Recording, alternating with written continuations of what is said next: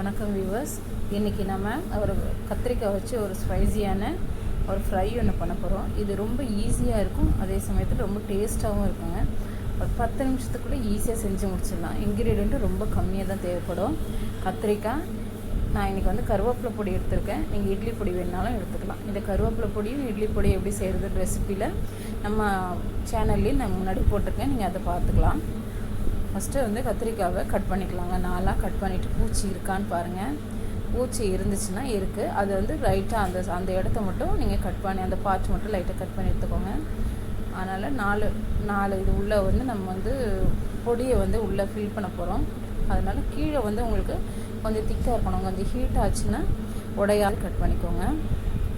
இந்த மாதிரி நீட்டமாக இருக்க கத்திரிக்காவாக இருந்துச்சுன்னா உங்களுக்கு பார்க்குறதுக்கு ஃபிஷ்ஷு சாப்பிட்ற ஃபீல் வருங்க.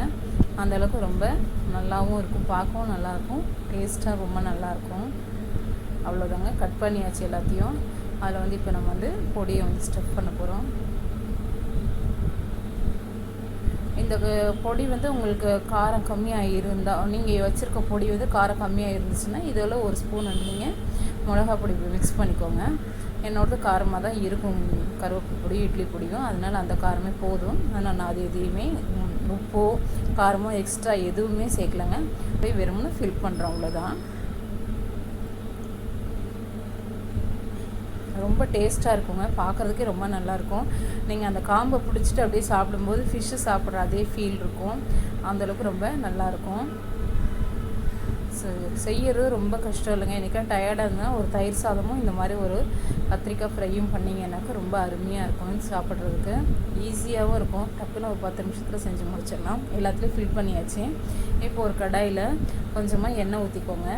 நம்ம தண்ணிலாம் விட போகிறது கிடையாது, அதனால் ஆயில் கொஞ்சம் எக்ஸ்ட்ரா விட்டுக்கோங்க. அதே சமயத்தில் டீப் ஃப்ரையும் பண்ண போகிறது இல்லை, அதனால் பார்த்து எண்ணெய் தேவையானதை விட்டுக்கோங்க. விட்டுட்டு நம்ம ஃபில் பண்ணி வச்சுருக்கேன் அந்த கத்திரிக்காவை இதில் வைக்க போகிறோங்க. வச்சுட்டு ஸ்டவ்வை வந்து சிம்மில் வச்சுக்கோங்க, மீடியமில். ஏன்னா வந்து ஃபாஸ்ட்டாக வச்சிங்கன்னா அடி பிடிச்சிரும், தீஞ்சிரும். எல்லாத்தையும் வச்சுட்டோம். நம்ம இப்போ வந்து மூடி போட்டு வச்சிடலாங்க. ஒரு 5 மினிட்ஸ் போதும். 5 மினிட்ஸ்லேயே நல்லா வந்து அது வெந்திருக்கும். இப்போ அடுத்த பக்கத்துக்கு நம்ம திருப்பி போட்டுக்கலாங்க. திருப்பி போடும்போது பத்திரமா போடுங்க. நம்ம ரொம்ப ஹேண்டில் பண்ணுறது சாஃப்டாக ஹேண்டில் பண்ணோம், அப்போ தான் உடையாமல் வரும்.